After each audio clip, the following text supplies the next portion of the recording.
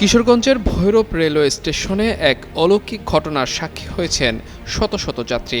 সন্তান যে বাবার কাছে কতটা আপন তার সাক্ষী হয়ে রইলেন যাত্রীরা। এদিন চলন্ত ট্রেন থেকে পড়ে যাওয়া সন্তানকে বাঁচাতে নিচে ঝাঁপিয়ে পড়েও ৮টি বগির নিচ থেকে অক্ষত অবস্থায় অলৌকিকভাবে বেঁচে ফিরেছেন এক বাবা ও তার ১ বছরের শিশু সন্তান। মঙ্গলবার বিকেলে ভৈরব স্টেশনের ১ নম্বর প্ল্যাটফর্মে এই চাঞ্চল্যকর ঘটনাটি ঘটে। প্রত্যক্ষদর্শীরা জানায়, বিকেল ৩:৩০টার দিকে ঢাকা অভিমুখী তিতাস কমিউটার ট্রেনটি স্টেশন ছেড়ে দেওয়ার সময় কটিয়াদী উপজেলা লোহাজুরি গ্রামের এক দম্পতি শিশু সন্তানসহ নামার চেষ্টা করেন। এ সময় হাত ফসকে শিশুটি ট্রেনের নিচে পড়ে গেলে মুহূর্তের মধ্যেই শিশুটির বাবাও নিচে লাফিয়ে পড়েন। এ সময় তিনি সন্তানকে বুকে জড়িয়ে প্ল্যাটফর্মের পাশ ঘেঁষে নিথর শুয়ে থাকেন। পরে ট্রেন চলে যাওয়ার পর উপস্থিত জনতা তাদের অক্ষত অবস্থায় উদ্ধার করে।